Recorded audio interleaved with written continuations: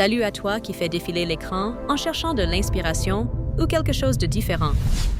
Tu as déjà entendu parler de l'aura et des chakras, cette énergie incroyable dans ton corps? En masse, peut-être que tu l'as vu dans un film ou entendu chez un ami un peu spirituel. Mais au fond, qu'est-ce que c'est vraiment? Et pourquoi tant de jeunes commencent à s'y intéresser? Tranquille, on va en parler calmement. Allez, on commence ce petit voyage pour découvrir ton énergie innée intérieure. Imagine que tu portes une ouïe, lumière, invisible autour de toi. C'est ce qu'on appelle l'aura, un champ énergétique qui entoure ton corps. Tout le monde en a une, et sa couleur change selon ton humeur, ton état physique ou ta vibration spirituelle. Certaines recherches, et même la photographie Kirlian, prétendent capturer ce champ. Beaucoup pensent que l'aura reflète la personnalité, les émotions et parfois même la santé. Une aura bleue est liée au calme et à la communication. Une aura rouge, passion ou colère. Une aura jaune, créativité et intelligence. Et oui, ça peut changer chaque jour. Les chakras, eux, sont les centres d'énergie à l'intérieur du corps. Imagine de petits panneaux électriques, alignés de la base gaie, de la colonne jusqu'au sommet de la tête. Dans la tradition indienne, il y en a 7.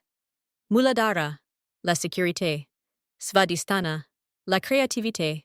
Manipura, la confiance. Anahata, l'amour.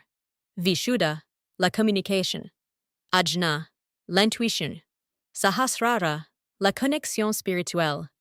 Quand un chakra se bloque ou perd l'équilibre, tu peux te sentir perdu, stressé ou déconnecté. Mais rassure-toi, il existe plein de façons simples pour les harmoniser. Aujourd'hui, on vit sous pression. Études, boulot, réseaux sociaux, attentes des autres, et toutes ces pensées qui tournent la nuit. Comprendre ton aura et tes chakras, c'est comme avoir un GPS intérieur. Tu sais d'où vient ton stress. Tu sais quand tu as besoin de respirer, de poser ton téléphone, ou juste de prendre soin de toi. Tu l'as déjà vécu. Rencontrer quelqu'un et se sentir instantanément à l'aise. Ou au contraire, sentir une tension sans raison. C'est l'énergie, la tienne, la leur. Et quand tu comprends ça, tu sais comment protéger ta vibe et comment rester toi, même au milieu du chaos. Comment prendre soin de ton aura et de tes 1. Méditation, quelques minutes par jour. Juste respirer profondément et te connecter à un point en toi. Par exemple, ton chakra du cœur. Simple. Puissant. 2. Couleurs et musique. Chaque chakra a sa couleur, sa fréquence. Le vert pour le cœur, le 639 Hz pour l'harmonie. Tu peux les utiliser dans tes vêtements, dans ta chambre ou dans ta playlist. 3. Journal émotionnel. Écrire ce que tu ressens t'aide à comprendre quel chakra manque d'équilibre.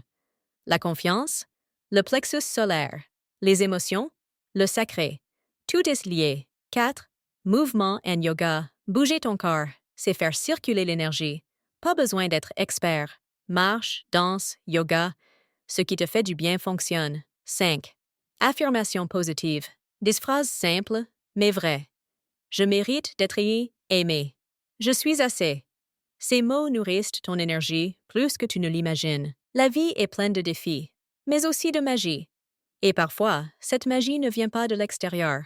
Elle naît en toi. Ton aura, tes chakras, ce ne sont pas des concepts lointains. Ce sont des portes, des outils pour mieux te connaître, te recentrer, te transformer. Commence doucement. Écoute ton humeur, respecte ton corps, fais de la place pour ton calme intérieur. Et un jour, tu vas te surprendre. Tu vas voir une version de toi plus lumineuse, plus forte, plus toi. Tu es énergie. Et cette énergie, tu peux la façonner, la protéger, la faire briller. Alors, prête à avancer vers ta meilleure version?